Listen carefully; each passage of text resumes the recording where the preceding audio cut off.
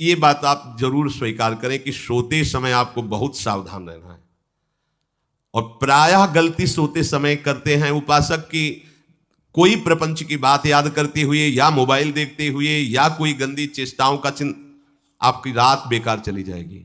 अगर गंदी चेष्टा हो गई तो सुबह भी बेकार हो जाएगी, दिन भी बेकार हो जाएगा, निरुत्साहित हो जाओगे।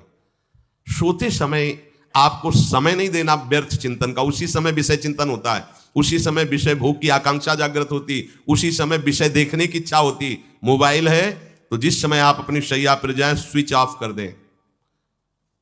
उसमें मैसेज घंटी आने का कोई भी रास्ता मत रखें। मान लीजिए आप उपासक हैं भगवत प्राप्ति के, 30-35 वर्ष ये नहीं था तो सब मर नहीं गए थे, और बोले इमरजेंसी, जब इसकी 30-35 वर्ष से पहले इसकी कोई रचना नहीं थी मुझे लगता है, क्योंकि 30-35 वर्ष में ही इसका विस्तार देखा है। नहीं तो कभी किसी के पास मोबाइल नहीं। कोई बड़े अधिकारी तो इतना बड़ा वो, इतना बड़ा वाला वो ऐसे रखते थे, नहीं तो मोबाइल तो हमें लगता है 30-35 वर्ष।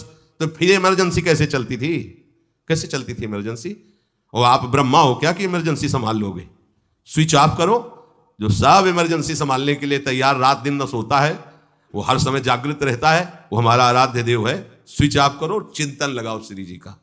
ये जो रात्रि के शयन के समय मोबाइल में इधर उधर दृश्य देखने हैं, अपने सर्वनाश का बीज बोना है। मान लो, हमारी प्रार्थना मान लो, ये उस समय मन आपको परेशान करेगा जब कमरे की सिटकिनी अंदर से बंद होगी।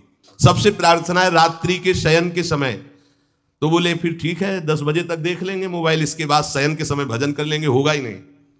क्या तुम देखना चाहते हो? प्रिया प्रीतम के सिवा और कुछ क्या देखना चाहते हो? वो तो सुभग सुंदरी सहज सिंगार, सहज शोभा सर्वांग प्रति सहज रूप वृषभानुनंदिनी। हमारी स्वामिनी जी की सुंदरता छुपाने के लिए आभूषण पहनाए जाते हैं, औरों को तो आभूषण सुंदरता बढ़ाने के लिए। यहां छवि के छिपाए को ऐसे के दास होके क्या देखोगे मोबाइल में? क्या देखना चाहते हो? वासना की क्रीड़ा, और तुम उस क्रीड़ा को देखना चाहते हो? परमार्थ के पथिक हो। देखना है तो प्रभु को देखने की वृत्ति रखो, अन्यथा मूंद लो आंखें प्यारे, महान फल प्राप्त करोगे। सबसे प्रार्थना है एकांत में मोबाइल रूपी दुश्मन से बचो, क्योंकि जब आप गंदी बात कहीं देखोगे तो आपके अंदर वैसे ही चिंतन बनेगा, वो ऐसे ही लगेगा मैं भी ऐसा करूं, मैं भी ऐसा भोगूं, मैं भी ऐसा देखूं। मान लीजिए आप, जब हमारे शास्त्र कहते हैं कि पशु पक्षियों के मैथुन को भी नहीं देखना है, अगर ऐसा एक बार दृष्टि पड़े तो मानसिक प्रणाम करके दोबारा दृष्टि ना देना। और आप मोबाइल में ऐसी चेष्टाएं देखोगे, कैसे आप भगवत भजन करोगे? कैसे भगवत प्राप्ति का उद्देश्य रख पाओगे? ये कलयुग की बहुत महीन चाल है कि उसके बिना काम नहीं चलेगा और हम तुम्हें काम से युक्त कर देंगे। इसके बिना काम चलेगा नहीं, तुमको रखना पड़ेगा, और जब तुम इसे रखोगे तो हम काम अपना कर लेंगे। कलयुग ने कहा हम अपनी व्यवस्था बना लेंगे। यहां कह रहे जब आप नींद में जा रहे हैं तो बिल्कुल मानो मृत्यु शैया पे जा रहे हैं, आपको उस समय नाम जप में बहुत ध्यान देना है, कहीं मन बहक ना जाए। तो क्या होगा, 5-6 घंटे जो आप लेटोगे ना, वो भी भजन हो जाएगा।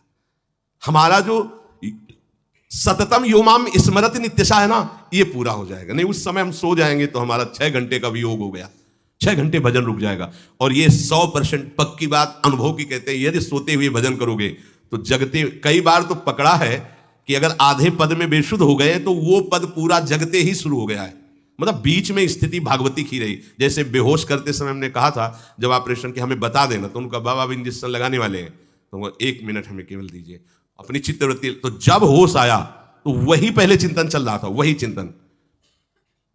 जैसे सोने के समय बेहोश हुए तो जगने के समय वही चिंतन, ऐसे ही इंजेक्शन से जब बेहोश हुए और जब होश आया तो वही चिंतन चल। बहुत बड़ा चमत्कार अभ्यास का है।